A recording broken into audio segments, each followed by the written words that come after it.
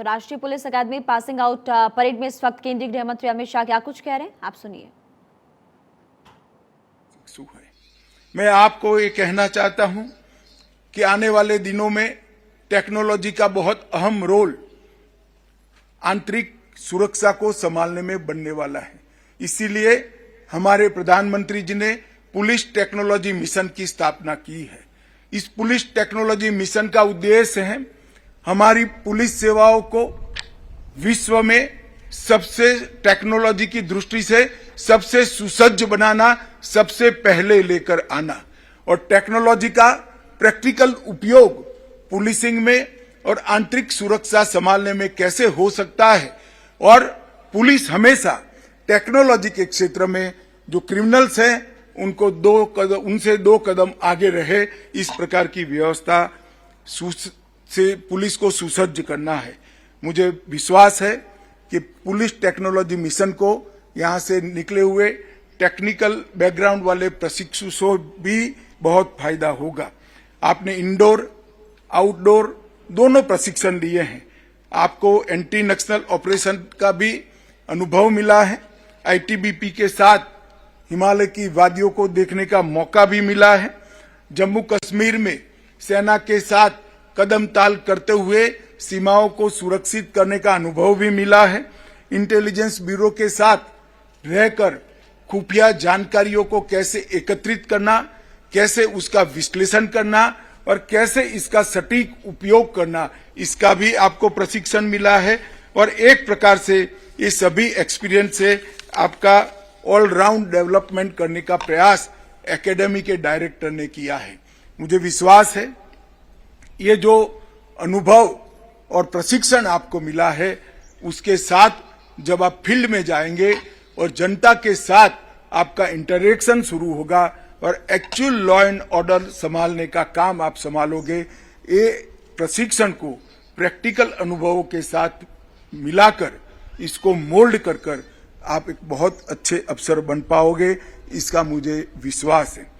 आज मुझे इस बात का भी आनंद है कि मुझे सर्वश्रेष्ठ प्रशिक्षु अधिकारी का अवार्ड देने का मौका मिला और वो महिला अधिकारी है, वो हमारे देश के लिए बहुत गर्व की बात है। अकेडमी के इतिहास में पहली बार एक महिला अधिकारी प्रशिक्षु सुश्री रंजीता शर्मा को आईपीएस एसोसिएशन के स्वॉर्ड ऑफ ऑनर के जीतने का मौका मिला है। मैं रंजीता को बहुत बहुत मन से बधाई और साधुवाद देना चाहता हूं। मोदी जी के नेतृत्व में देश वीमेन लेड डेवलपमेंट में आगे बढ़ रहा है। हमने अभी अभी देश का नीति निर्धारण करने वाली सभाओं में, विधानसभा में और संसद में महिलाओं की हिस्सेदारी सुनिश्चित करने के लिए 33% आरक्षण को सुनिश्चित किया है। आज यहां से इतने सारे महिला अधिकारी प्रशिक्षित होकर जा रहे हैं। मुझे विश्वास है कि आपके नेतृत्व में प्रधानमंत्री जी का वुमेन लेड डेवलपमेंट का जो थीम है इस देश के हर गांव तक परकोलेट होगा। मित्रों, अगिनत बलिदानों और कठिन संघर्षों के बाद हमारे देश को आजादी मिली है। 1857 से 1947 तक के 90 साल लाखों लोगों के बलिदानों से, उनके रक्त से सिंचित होकर आज हम स्वतंत्र देश से नाते 75 साल बिताकर दुनिया के सामने गर्व से खड़े हैं। इस 7 दशकों के से भी अधिक चुने यात्रा में भी अनेक पुलिस के जवानों ने बलिदान दी है। 36,500 से ज्यादा पुलिस अधिकारी और जवानों ने अपने कर्तव्य को अपने आप से पहले रखते हुए अपना सर्वोच्च बलिदान दिया है। तब जाकर आज हमारा देश गौरव के साथ दुनिया के सामने खड़ा है। आप सभी को जब तक आप सर्विस में है सदैव याद रहना चाहिए कि 36,500 जवानों का बलिदान हमारे लिए प्रेरणा का स्रोत होना चाहिए, हमारे लिए मार्ग का पथ प्रदर्शक होना चाहिए। अभी अभी विगत 10 सालों में लंबे समय से देश आतंकवाद, वामपंथी उग्रवाद और नस्लीय हिंसा की आग में झुलस रहा था। काफी मात्रा में हमारे बहादुर पुलिस जवानों के परिश्रम के कारण इस पर नकेल कसने में सफलता मिली है, मगर हमारी चुनौतियां खत्म नहीं हुई।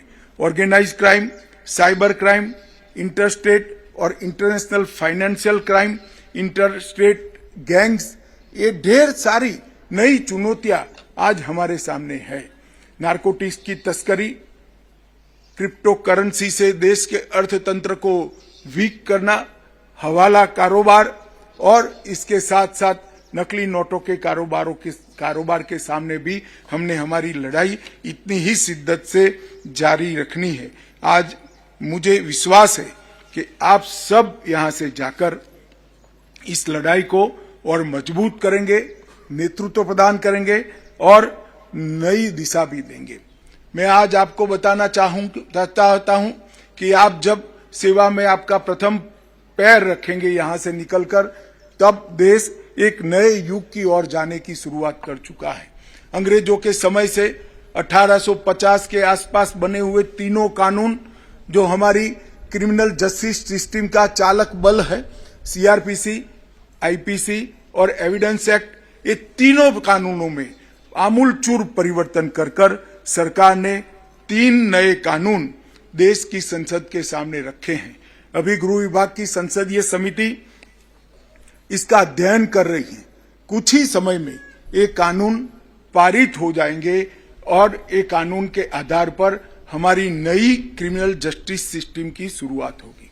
मित्रों, जब आप जिम्मेदारी संभालने जा रहे हो, ये युग परिवर्तन का दौर, अंग्रेजों के समय में बने हुए कानून के युग को समाप्त कर भारत नए विश्वास, नई आशा, नए उमंग के साथ नए युग में पैर रख रहा है। पुराने कानूनों का उद्देश्य शासन को सुरक्षित रखना था, नए कानूनों का उद्देश्य जनता के अधिकारों को सुरक्षित रखना और जनता के अधिकारों को जनता तक पहुंचने में रोकने वाली सभी ताकतों को परास्त करना है। ये मूलभूत अंतर के साथ ये तीनों कानून जब आप प्रशिक्षु से अधिकारी बनकर जाएंगे तब आपके हाथ में होंगे। आपको क्रिमिनल जस्टिस सिस्टम के युग परिवर्तन के दौर में नेतृत्व करने का मौका मिला है। मैं मानता हूं आप सबसे भाग्यशाली बैच है जो नए कानूनों के साथ देश की आंतरिक सुरक्षा को संभालने की शुरुआत करेंगे। आप इन कानूनों के क्रियान्वयन में सबसे पहली पंक्ति में शामिल होंगे, क्योंकि कुछ ही समय में आपका पोस्टिंग डिस्ट्रिक्ट के अफसर रूप में होगा। तो जमीनी स्तर पर इसके इम्प्लीमेंटेशन में आपकी सबसे पहली जिम्मेदारी होगी। आपकी जिम्मेदारी है इन कानूनों को लेटर एंड स्पिरिट में लागू करना। इन कानूनों की स्पिरिट को ढंग से समझकर जनता को उससे सुरक्षित भी करना है और उससे उनके अधिकारों की रक्षा भी करना है। नए प्रावधानों में टेररिज्म की नई व्याख्या की है, ऑर्गेनाइज्ड क्राइम की नई व्याख्या की है, अंतर्राज्यीय गिरोह को समाप्त करने के लिए भी कई प्रोविजन किए गए हैं। टेक्नोलॉजी के प्रावधानों को कानूनी जामा पहनाकर आपको सशक्त किया है। पूरी जांच प्रक्रिया को डिजिटाइज किया गया है। इन्वेस्टिगेशन चार्जशीट की टाइमलाइन को फॉलो करना, फॉरेंसिक प्रावधान हेतु उचित व्यवस्था भी करी है और दोष सिद्धि के प्रमाण को बढ़ाने के लिए समयबद्ध योजना भी इस कानूनों में अग्रसर है। जुडिशरी की व्यवस्था में भी ढेर सारे बदलाव इसमें किए गए हैं। तो संक्रमण के इस काल में आप सभी को बड़ी जिम्मेदारी निभानी है और आगे बढ़ना है। मेरे सुझाव है, आप सभी को एक सुझाव है कि रिएक्टिंग और रिस्पॉन्सिंग पुलिसिंग से आगे बढ़कर प्रिवेंटिव, प्रिडिक्टिव और प्रोएक्टिव पुलिसिंग की तरफ हम सब आगे बढ़ें और बदलते परिवेश में अपने आप को हम समय के साथ पुलिस की व्यवस्था को बदलने के लिए भी हम आगे बढ़ें। श्री गर्ग ने अपने भाषण में संवेदनशीलता पर बहुत महत्व दिया है। आप लोगों की संवेदनशीलता को जागरूक करने के लिए एक बीज बोया है, ऐसा उन्होंने अपने प्रवचन में बताया है। मित्रों, मैं आप सभी से बड़े हृदय से निवेदन करना चाहता हूं कि संवेदनशीलता ही है जो संविधान को मानवीय स्वरूप देती है। संविधान का पुस्तक हमें इस देश को मजबूत करने के में काम नहीं आ सकता। हमारे संविधान निर्माताओं ने संविधान की पुस्तक के अंदर जो स्पिरिट रखा है, वो स्पिरिट को संवेदनशीलता के साथ समझकर इसको लागू करने की जिम्मेदारी हमारी है। अतः मेरा आप सभी से निवेदन है कि हमारी संवेदनशीलता देश से गरीब व्यक्ति के लिए, देश से कमजोर व्यक्ति के लिए और देश के सभी कमजोर वर्गों के लिए हमेशा बरकरार रहे और उनके अधिकारों की रक्षा के लिए हम हमेशा के लिए प्रोएक्टिव रहें। आज मैं आप सभी को यह भी कहना चाहता हूं, आपकी ड्यूटी के समय के दौरान 25-30 साल के लंबे सर्विस के समय के दौरान प्रसिद्धि के कई बड़े मौके आएंगे, मगर प्रसिद्धि का मौका आपको प्रसिद्धि तो दे सकता है, परंतु आने वाले समय में आपके काम में दिक्कत भी कर सकता है। प्रसिद्धि घटनाओं से जो मिलती है उसको साक्षी भाव से स्वीकार कर प्रसिद्धि के मोह में पड़े बगैर हमारी ड्यूटी पर लक्ष्य केंद्रित कर हम आगे बढ़े, ये मैं निश्चित रूप से आपको कहना चाहता हूं।